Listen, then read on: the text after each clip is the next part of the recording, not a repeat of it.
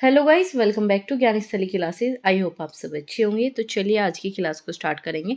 तो आपको डेली यहाँ पर पीवाईक्यू कराए जा रहे हैं, जिसमें कि आपके सीडीपी हिंदी और आपको बाकी सब्जेक्ट के भी कंप्लीट पीवाईक्यू यहाँ पर डिस्कस कराए जाएंगे। साथ ही साथ पीडीएफ वगैरह सब टेलीग्राम चैनल पर आपको फ्री ऑफ कॉस्ट प्रोवाइड की जाएगी। तो आप जाकर टेलीग्राम चैनल ज्वाइन कर लो। और जो डेली क्लासेज ये होती है आपकी पीवाईक्यू की, अगर आप इन्हें भी अच्छे से कर लेते हो, क्योंकि हमारे यहाँ पर मेन फोकस होता है आपको क्वेश्चन आना चाहिए। मतलब अगर आपको कोई क्वेश्चन आता भी नहीं है तो आप उसके ऑप्शन के साथ कैसे सही पर जा सकते हो, क्योंकि मेन बात यही है। सीटेट में सिर्फ पढ़ने वाला बच्चा ही पास नहीं करता, सिर्फ अगर आपको क्वेश्चन भी सोल्व करने आते तो भी आपका सीटेट पास हो जाएगा। तो हमारी वही अप्रोच है कि अगर आपने कम भी पढ़ा है तो भी आप क्वेश्चन सही कर पाओ। तो ये जो क्वेश्चन हमें आपके लास्ट क्लास में डिस्कस कर चुके थे, ठीक है, आपका ये डिटेल में सोल्यूशन होता है ताकि आप इसे पढ़ भी सको, बाद में समझ भी सको कि इसका आंसर ये क्यों था। बाकी तो हम आपका यहाँ पर डिस्कस करते हैं। मैंने आपको एक क्वेश्चन होमवर्क के तौर पर दिया था, तो चलिए पहले उसे डिस्कस करेंगे कि उसका आंसर क्या था। ठीक है, ये भी क्वेश्चन आपका हो चुका है, ये भी हम डिस्कस कर चुके हैं आपका। ठीक है, ये भी आपका हो चुका है। कोई नया जुड़ा हो चैनल के साथ तो चैनल को सब्सक्राइब जरूर कर लेना। ठीक है, तो यही शायद आपका क्वेश्चन था। हाँ, ये क्वेश्चन था। तो इन्होंने कहा है कि आपका पाठ्य पुस्तक और मीडिया के विभिन्न लिंगों का प्रतिनिधित्व कितना और किस तरीके में किया जाता है, जैसे आपका महत्वपूर्ण प्रश्न पूछने में किसको प्रोत्साहन मिलेगा। तो इसमें से देखना कौन सा आपका पॉजिटिव होगा। चलिए देखते हैं। सबसे पहले क्या है आपका यहाँ पर, आपका हतोत्साहित करना, लिंग भूमिका की नम्यता को आपका डिस्करेज करना, हतोत्साहित करना। क्या ऐसा हो सकता है? यही आपका नेगेटिव है, ये तो होगा नहीं। ठीक है, इन्होंने कहा इनकरेज करने के लिए, मतलब पॉजिटिव चीजें ढूंढनी है। आप क्या कह रहे हो कि आप जो है लिंग स्थिरता को मजबूत करने के लिए, कि गर्ल्स जो है खाना ही बनाती आई है तो वो खाना ही बनाएगी, मतलब आप ये चीजें फिक्स कर रहे हो। आप फिक्स कैसे करते हो? नहीं कर सकते। ठीक है, एजुकेशन में या वैसे भी आप कोई भी चीज अगर फिक्स करोगे ना तो वो नेगेटिव पॉइंट में चली जाएगी, क्योंकि समय के साथ उसमें चेंज होना अनिवार्य है। तो इस वजह से ये भी आंसर नहीं होगा। लिंग पहचान को मजबूत करना, ये भी आपका कोई बैठ नहीं रहा क्वेश्चन आंसर सही। तो अब बात करें यहाँ पर जो है बिल्कुल सेकंड बिल्कुल सही हो जाएगा। हमें क्वेश्चनिंग करनी है आपका जेंडर स्टेरियोटाइप पर। इससे क्या होगा, इससे जो भी आपके रूढ़िवादिता चली आ रही है, ठीक है, उसके ऊपर जब आप आंसर क्वेश्चन करोगे ना, क्वेश्चन आंसर करोगे, इससे क्या होगा, आपका सोल्यूशन आपको मिलेगा कि ऐसा हो क्यों रहा है। अगर आप उस पर प्रश्न उठाओगे ना तो ये चीजें क्या करेगी आपके यहाँ पर, जो आपके मीडिया आपका यहाँ पर पुस्तक है, इसके विभिन्न लिंग परिवर्तनों के रूप में किस और किस तरीके से आप चेंज ला सकते हो रूढ़िवादिता के ऊपर, अगर प्रश्न उठाओगे तो आपको क्या मिलेगा, प्रोत्साहन मिलेगा। तो यही आपका क्या हो जाएगा, पॉजिटिव हो जाएगा। बाकी थे ही नहीं आपके पॉजिटिव। ठीक है, बहुत से बच्चे ये सोच रहे थे स्थिरता मजबूत करना। अगर आप कोई भी चीज़ फिक्स कर दोगे ना तो वो नेगेटिव हो जाती है। ठीक है, कोई भी चीज़ फिक्स नहीं कर सकते। अगर मैं आपको कहूँ कि आपको सिर्फ एक ही टाइप का खाना खाना है तो आपसे वो भी नहीं खाया जाएगा। ठीक है, क्योंकि जीवन जो है आपका गतिशील है, तो हमें भी गतिशील ही रहना है, बदलाव होने अनिवार्य है। तो इस वजह से थर्ड आपका आंसर नहीं होगा। ठीक है, ये भी क्वेश्चन हम देख चुके थे। चलिए आगे चलेंगे। ठीक ठीक है, ये वाला क्वेश्चन हम आपका यहाँ पर डिस्कस करेंगे। ठीक है, प्रगतिशील हर बार आता है, 2 क्वेश्चन आपको देखने को मिलते हैं लगभग। ठीक है, इस बार भी 2 क्वेश्चन आपके प्रगतिशील से आए थे, और ये आपका जनवरी वाला पेपर, इसमें भी आपके 2 क्वेश्चन आए हैं। तो अगर हम बात करें आपका एक प्रगतिशील कक्षा में आकलन, ठीक है, प्रोग्रेसिव क्लासरूम असेसमेंट क्या है? नॉर्मेटिव है, ठीक है, आपका मानक संदर्भित है, गतिशील है, आपका डायनामिक है, ऑब्जेक्टिव है, योगात्मक है। तो बताइए कौन सा है? प्रोग्रेसिव, जिसमें आप प्रोग्रेस की बात करते हो। ठीक है, तो क्या होगा? योगात्मक, योगात्मक तो आपका जजमेंट के लिए होता है। ठीक है, एंड ऑफ द सेमेस्टर होता है, एंड ऑफ द एग्जाम होता है, ये इंप्रूव करने के लिए नहीं होता। ठीक है, ये क्या करेगा, सीधा आपको रिजल्ट की बात करता है। ये भी नहीं होगा। मानक संदर्भित, मतलब आपको एक क्राइटेरिया फिक्स कर रहे हो, मानक डिसाइड कर रहे हो, तो ये भी नेगेटिव हो जाएगा, क्योंकि हमें क्या करना, प्रोग्रेस कराना है। जब आप कोई भी चीज़ फिक्स कर दोगे, फिर से वही चीज़ में रिपीट करोगे, जब आप कोई भी चीज़ फिक्स कर दोगे तो वो कभी भी पॉजिटिव में नहीं जाती। ठीक है, गतिशील होना, गतिशील होना अच्छी बात है। उद्देश्यपूर्ण, बताइए इन दोनों में से क्या आंसर होगा। अब आपके पास 2 ऑप्शन है, ठीक है, सेकंड और थर्ड, बताइए कौन सा आंसर होगा। ठीक है, जल्दी बताइए, और इसकी पीडीएफ मैं आपको टेलीग्राम चैनल पर दे दूंगी।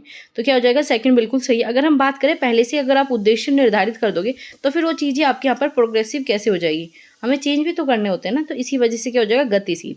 प्रोग्रेस की बात करें, इंप्रूवमेंट की बात करें, हम आगे ऊपर बढ़ाने की बात करें। प्रोग्रेस मतलब चीज़ों को आप बढ़ा रहे हो, ऐसे ऐसे जा रही है। प्रोग्रेस मतलब ऊपर जाना, ये तो क्या हो जाएगी, गतिशील, गति। ठीक है, इसमें क्या होता है, परिवर्तन होने अनिवार्य है। उद्देश्यपूर्ण गलत नहीं है, लेकिन क्या करोगे आप, पहले उद्देश्य डिसाइड कर दो फिर उसी के अकॉर्डिंग चलोगे, ऐसा भी आपका प्रोग्रेसिव एजुकेशन नहीं कहता। तो क्या आ जाएगा आपका, गतिशील बिल्कुल सही है। ठीक है, तो इस तरीके से आपको आंसर पे जाना था। अगर हम बात करें प्रगतिशील कक्षा में आकलन जो हमेशा गतिशील होता है, और छात्रों की आवश्यकता, जैसी बच्चों की नीड होगी उसके अकॉर्डिंग आप क्या करोगे, आप सतत तथा उत्तरदायी होगे और लगातार ये चीज़ें चलती रहेगी। अगर हम बात करें जानकारी एकत्रित करने तथा शिक्षक विभिन्न आकलनों की विधि का प्रयोग करता है इसमें, जैसे अवलोकन भी करेगा टीचर, पोर्टफोलियो भी बनाएगा, आत्म प्रतिबिंब का भी उपयोग करता है।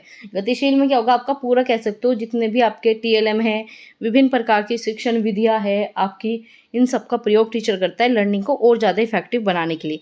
और इसमें प्रतिपुष्टि भी प्रदान की जाती है, ठीक है। बाद में आपका फीडबैक मिलेगा, बच्चे ने कैसे किया, बच्चे के इंप्रूव करने के लिए फीडबैक मिलता है। और ये आकलन करना, ये तुलना करना, ये सब जो है नेगेटिव है, पहले से निर्धारित नहीं कर सकते, ठीक है। उद्देश्य भी जो है आकलन को पहले से निर्धारित नहीं कर सकता, इस वजह से आपका कैंसिल हो जाएगा, जो कि मैं आपको बता रही थी, ठीक है। चलिए आगे बात करेंगे। यह आपका आलोक निम्नलिखित व्यवहार दिखाता है, पढ़ते समय सिर को अजीब स्थिति में पकड़ना, आंख को बार बार मूंदना और रगड़ना, आंखों की लाली सूजन, अक्सर पहचान में भ्रमित होना, ठीक है। यह किस प्रकार के संभावित लक्षण है। एक बच्चे को आंखों में बहुत ज्यादा प्रॉब्लम है, तो किस प्रकार का संचार की बात हो रही है, कम्युनिकेशन की बात यहाँ पर की नहीं गई, तो कट कीजिए। दृष्टि संबंधी हो सकती है, भाषा समझने की समस्या, यहाँ पर बच्चे ने ये नहीं कहा कि उसे समझ में नहीं आ रहा, उसने क्या कहा, अक्षर पहचान में भ्रमित हो रहा है। अक्षर पहचान में भ्रमित इसलिए भी हो सकता है क्योंकि उसे दिखाई नहीं दे रहा। आगे बात करेंगे आपका यहाँ पर स्वालीनता मतलब ओटिज्म, ठीक है। इसमें क्या होता है, वर्ण कर्म विकार, तो ओटिज्म है, उसे ओटिज्म भी नहीं है, तो सिंपल सी क्या आ जाएगी आपका यहाँ पर दृष्टि, क्योंकि उसकी आंखों में भी सूजन है, उसकी आंख वो रगड़ता है, उसकी आंखों में लाली है, तो ये क्या है आपका दृष्टि संबंधी समस्या को बता रहे हैं। क्योंकि बिल्कुल क्लियर यहाँ पर पढ़ते समय सिर को अजीब स्थिति में पकड़ना, जब आपके आंखों में दर्द होता है ना, तो आपके सर में पेन होना स्टार्ट हो जाता है, ठीक है। आंखों को बार बार मूंदते हो, दुखती है तो आंख बंद करते हो, खोलते हो, आंखों में लाली, ये सब किसकी पहचान है, ये आपका दृष्टि, ठीक है। विजुअल प्रॉब्लम, जिसमें देखने में आपको समस्या होती है। समझ में आया, सेकंड आपका बिल्कुल सही हो जाएगा, ठीक है। वर्णित लक्षण जो है दृष्टि संबंधी समस्याओं के लिए सामान्य लक्षण है, जैसे कि इसमें आपके कौन कौन से हो सकते हैं, ये भी आपसे पूछा जा सकता है। निकट दृष्टि दोष, ठीक है, दूरदर्शिता और आपका दृष्टि वैषम्य, ठीक है। ये आपको याद रखना, 3 प्रकार के होते हैं। ये स्थिति में पढ़ने लिखने तथा अन्य प्रकार की कठिनाई उत्पन्न करता है, उनके लिए निकट दृष्टि की आवश्यकता होती है। जब संचार ये सब की बात करोगे तो ये आपका दृष्टि से संबंधित नहीं है, ठीक है। चलिए आगे बात करेंगे। यहाँ पर आपका पूछा है, वह कोई उद्देश्यात्मक निश्चित क्षण नहीं होता जब कोई बच्चा मध्य बालावस्था या किशोर अवस्था में प्रवेश करता है, ठीक है। आपका कथन अभिकथन, ये क्वेश्चन बहुत ज़्यादा आते हैं आपके रीजन वगैरह, तो इन्हें बहुत अच्छे से करना, क्योंकि ये क्या होता है ना, ये आपके बिना पढ़े भी सही हो सकते हैं, क्योंकि इसमें कॉन्सेप्ट नहीं पूछा जाता। आप ये कहो कि इनमें से आपको देखना होता है सही है एक दूसरे की कर रहा है, इसमें मतलब रटने वाली कोई चीज़ है ही नहीं कि आपको बिल्कुल पता ही हो तो ही आंसर दे पाओगे, ऐसा कुछ भी नहीं है।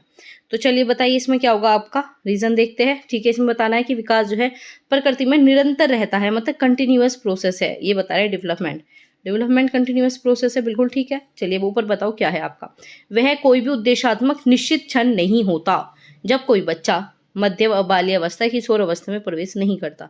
इन दोनों में हमेशा बिकॉज और क्योंकि लगा के अगर आप ऐड करोगे ना, और देखो ये दोनों से आपस में संबंधित है नहीं है, तो आपको आंसर मिल जाएगा। तो बताइए फटाफट क्या आंसर होगा इसका, ठीक है। बहुत ही ईजी है, बस आपको थोड़ा सा ध्यान देना। सेकंड तो मैंने बता दिया सही है, फर्स्ट पर अगर आप थोड़ा सा भी ध्यान देते हो तो आपका काम हो जाएगा, ठीक है।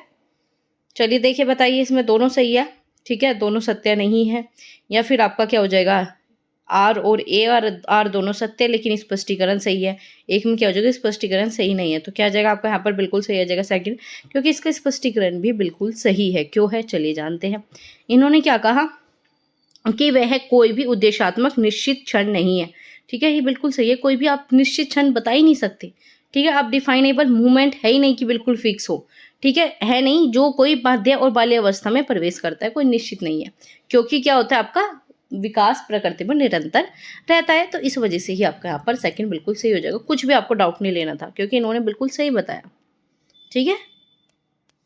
चलिए आगे बात करेंगे, ठीक है। यहाँ पर डिटेल में मैंने लिखा हुआ, आप इसे पढ़ सकते हो, ठीक है। यह दावा सत्य है क्योंकि मध्य बचपन और किशोर अवस्था के बीच संक्रमण एक एकल सार्वभौमिक रूप से पहचानने जाने वाले योग्य क्षण में चिन्हित नहीं होता। बिल्कुल ये बता दो, सार्वभौमिक का बिल्कुल सेम ऐसे ही रहेगा, ये चीज नहीं कर सकते, बल्कि क्या है आपका, ये आपका परिवर्तन जैविक है, मनोवैज्ञानिक है, सामाजिक परिवर्तन है, जटिल परस्पर क्रियाओं से जो है बच्चा प्रभावित होता है, उसमें से निकल के आता है। तो क्या आ जाएगा आपका यहाँ पर ए भी सही है और आर भी सही है और दोनों स्पष्टीकरण भी सही है। चलिए आगे बात करेंगे, ये दोबारा से क्वेश्चन आया था आपका, आगे बात करेंगे। इसमें पूछा है पहला अभिकथन में, ठीक है, आपको बताना है कि जो यहाँ पर है शिक्षकों को निरंतर अपने स्वयं के रूढ़िवादिता और पूर्वाग्रहों पर चिंता करनी चाहिए। ये क्वेश्चन आपका जो इस बार जुलाई वाला एग्जाम हुआ है ना, उसमें ये बिल्कुल ऐसे सिमिलर सा क्वेश्चन है। थोड़ा सा भी अलग कह सकते हैं, लेकिन आपका सेम टू सेम लगभग कॉन्सेप्ट सेम ही है। ये पहली लाइन तो बिल्कुल सेम है आपकी। तो इसी वजह से पीवाईक्यू करने ज़रूरी है, कॉन्सेप्ट समझना ज़रूरी है। सिर्फ ये सीरीज़ भी करोगे ना, इससे आपको यही लगेगा हाँ कि आपने बहुत सारी चीज़ें पढ़ ली, और इससे बहुत चांसेस आपका क्लियर हो जाए। ठीक है, बाकी आपको खुद से थोड़ी सी मेहनत ज़रूर करनी होगी। सांस्कृतिक रूप से उत्तरदायी शिक्षण का अर्थ है कि शिक्षक चिंतनशील हो। बताइए इसमें से कौन सा सही होगा। ठीक है, यहाँ पर क्या बताया, सबसे पहले ध्यान से पढ़ो इसे। शिक्षकों को निरंतर अपने स्वयं के रूढ़िवादिता तथा पूर्वाग्रहों पर चिंता करना चाहिए। बिल्कुल सही। ठीक है, चिंतन करना चाहिए। संस्कृति रूप से उत्तरदायी शिक्षण का अर्थ है शिक्षक चिंतनशील। अभी बताइए कि संस्कृत रूप से उत्तरदायी शिक्षण का अर्थ क्या होता है कि टीचर जो है यहाँ पर आपका क्या हो, चिंतनशील हो। ठीक है, रिफ्लेक्टिव हो। ठीक है, बताइए। रिफ्लेक्टिव का भी बहुत ज़्यादा कॉन्सेप्ट पूछा जाता है, तो क्या आ जाएगा आपका यहाँ पर 2 बिल्कुल सही, क्योंकि दोनों ही इन्होंने बिल्कुल सही दिए। क्यों दिए हैं चलिए जानते हैं। पहली लाइन बिल्कुल सही है। आपको मुझे सभी को जो है ना, हमें अपने जो रूढ़िवादिता है, पूर्वाग्रह वाली चीज़ें, उन पर हमें चिंतन करता रहना चाहिए, क्योंकि हमारी चीज़ें बच्चों पे इफेक्टिव नहीं होनी चाहिए। मान लीजिए आप किसी इस चीज़ में विश्वास करते हो कि जैसे वो आपका बिल्ली आगे से निकल जाए तो बुरा हो जाएगा, ये सब। तो अगर ये आपके पूर्वाग्रह है, ये आपकी कुछ बातें हैं, तो आपको बच्चों के ऊपर नहीं थोपनी। ठीक है, अगर आपके मन में कुछ है भी ना, तो अपने तक सीमित रखो। ये इफेक्ट जो आप बच्चों पे डालोगे ना, तो बहुत ही ज़्यादा नेगेटिव हो जाएगी ये चीज़ें। ठीक है, क्योंकि ये आपके वैज्ञानिक रूप से पॉसिबल नहीं है। तो आपको क्या करना है, वैज्ञानिक रूप से चीज़ें करानी है बच्चों को। आगे क्या है, आपका यहाँ पर चिंतनशील बिल्कुल होना चाहिए सांस्कृतिक रूप से। अब मान लीजिए आप किसी के संस्कृति को कुछ कह रहे हो, किसी को कुछ कह रहे हो, तो ये भी तो चीज़ें गलत है ना।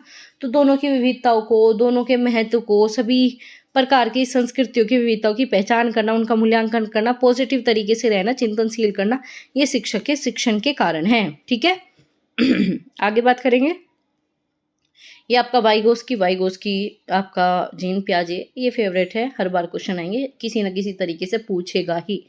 ठीक है, इस बार का भी देख लो, दोनों ही सिर्फ ने वाइगोस्की है, इस बार के में स्किनर भी है। ठीक है, ये सब आपके आते ही है। तो बताइए कौन सा होगा। वाइगोस्की के अकॉर्डिंग बताना है कि संज्ञानात्मक विकास के सुगम बनने के लिए शिक्षक की क्या भूमिका है। तो बताइए क्या भूमिका है। ठीक है, इसमें क्या है आपका, सबसे पहले कार्य वही देना चाहिए जो विद्यार्थी वर्तमान में स्वतंत्र रूप से कर पाए। आप बच्चों को सिर्फ वो कार्य दो भाई जो आराम से अब कर पाए, आगे फ्यूचर का उनका कुछ नहीं सोचना। ठीक है, उनके अनुभव एक्सपीरियंस का कुछ नहीं सोचना, उन्होंने पहले क्या किया क्या नहीं। ठीक है, वह जानकारी और ज्ञान को प्रदान कर सके। हमें इन्फॉर्मेशन प्रोवाइड करानी चाहिए, नॉलेज प्रोवाइड करानी चाहिए बच्चों को। ठीक है, मचान के माध्यम से छात्र की शिक्षा का मार्गदर्शन करना तथा समर्थन करना। ठीक है, आगे क्या है, छात्र को पूरी तरीके से स्वतंत्र रूप से सीखने की अनुमति देना। मतलब छात्र को पूरी तरह से स्वतंत्र कर दो, भाई आपको जो करना है करो, हमसे मत पूछना। इसका मतलब यही है कि पूरी तरह से स्वतंत्र कर दिया। स्वतंत्र इन्वायरमेंट में होना चाहिए और चीज़ें आपकी स्वतंत्र होनी चाहिए, लेकिन टीचर का भी तो उसमें रोल होना चाहिए, कुछ सुविधादाता के रूप में, समर्थक के रूप में, मार्गदर्शक के रूप में होना चाहिए। अब इसमें सिर्फ आपको एक की पॉइंट पकड़ना है। अगर आपने वाइगोस्की को कभी भी पढ़ा है थोड़ा सा भी, तो आपको पता होगा इन्होंने आपका मचान की बात किया, स्कैफ फोल्डिंग की बात की है इन्होंने। ठीक है, अगर आपने कभी भी थोड़ा सा भी पढ़ा है तो स्कैफ फोल्डिंग की बात इन्होंने की। किस में है, सिर्फ 1 मार्क, थर्ड में, और बाकी सब नेगेटिव है। देखो पहला तो बिल्कुल नेगेटिव आ गया, एक तो ओनली आ गया। ठीक है, तो बिल्कुल गलत है। और आगे क्या कहा कि सिर्फ जानकारी प्रोवाइड करा दो। ये थोड़ी है कि आपको बच्चों को रटाना है, बस ये फैक्ट है भाई रट लो, ऐसा नहीं करना, ये भी गलत हो जाएगा। फोर्थ मैंने आपको बता ही दिया गलत क्यों है। बिल्कुल स्वतंत्र कर दो, कोई इफेक्ट ना पड़े, ये भी चीज़ें गलत है। तो क्या मिल गया, सिर्फ आपका थर्ड मिल गया पॉजिटिव। तो क्योंकि मचान के माध्यम से जो आपकी स्कैफ फोल्डिंग के थ्रू जो है बच्चों को प्रोवाइड करो, लर्निंग कराओ, इस आपको सपोर्ट करना है, गाइड करना है बच्चे को, यही तो है। जहाँ पे बच्चा अटक रहा है, जहाँ पे बच्चों को हेल्प चाहिए, वहाँ आप खड़े होने चाहिए। ठीक है, यही आपका क्या आ जाएगा, वाइगोस्की के अनुसार। ये आपको बाकी तो देखना ही नहीं था, बस यही था वाइगोस्की के अनुसार कौन सा सही है, बस थर्ड सही है। इस तरीके से आंसर पे जाया जाता है।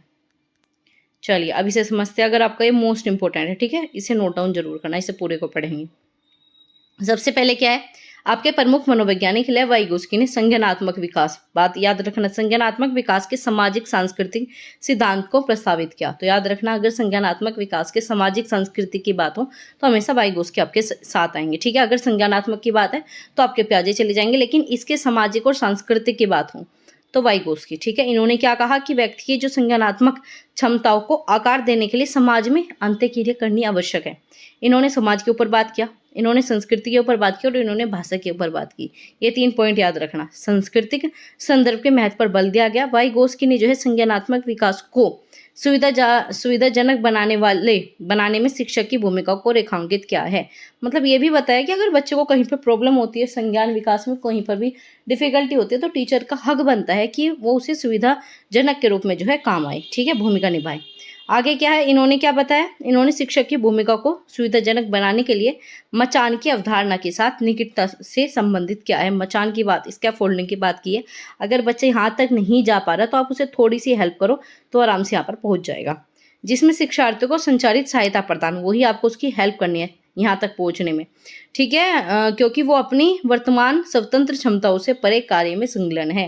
तो उसे नहीं पता वो जो उसकी अभी प्रेजेंट क्षमता है उससे भी वो आगे कुछ कर सकता है, तो इसके लिए आपको हेल्प करनी है। आगे बात करेंगे, ठीक है।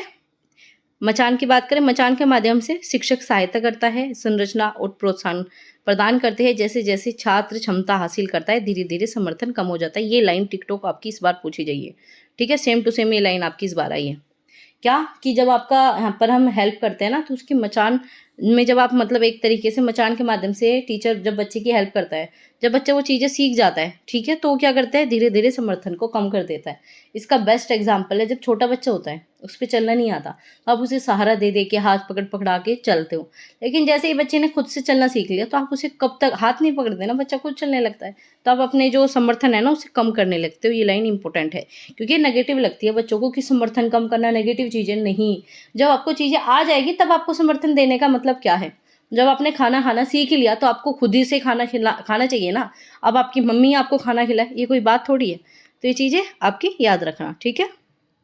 और ये भी याद रखना है वाइगोत्स्की ने क्या कहा कि जो आपके शिक्षकों को छात्र का मार्गदर्शन और समर्थन करने के लिए सक्रिय भूमिका, याद रखना, सक्रिय भूमिका निभानी चाहिए क्योंकि वे अन्य कार्यों का समाधान करते हैं और आपकी जो स्वतंत्र क्षमताओं में वर्तमान स्तर से परे है, इस वजह से, ठीक है। ये सब मैं आपको समझा चुकी हूँ, समझ में आया आपको।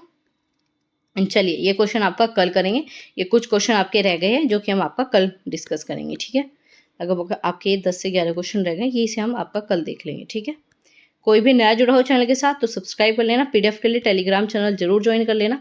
और मैं आपको एक होमवर्क दे देती हूँ जिससे कि आप थोड़ा सा मुझे आंसर बताओगे कि आंसर क्या आएगा, ठीक है। एक सेकेंड, ये क्वेश्चन नहीं, अच्छा ये वाला भी हमने किया, तो ये वाला क्वेश्चन मैं आपको होमवर्क में देती हूँ, ठीक है। तो कमेंट करके बताना, ठीक है। ये हम देख ही चुके हैं, ये वाला तो आपका भी हो गया, ठीक है, ये आपका भी हो गया, ये वाला आप मुझे बताओगे। चलिए एक बार मैं आपको पढ़ के समझाती हूँ ये पूछ क्या रहा है। एक माध्यमिक स्कूल में शिक्षक छात्रों की संकल्पना और वास्तविक दुनिया के अनुप्रयोग के बीच में संबंध बनाने में मदद करके सार्थक अधिगम को सक्षम बनाना चाहता है।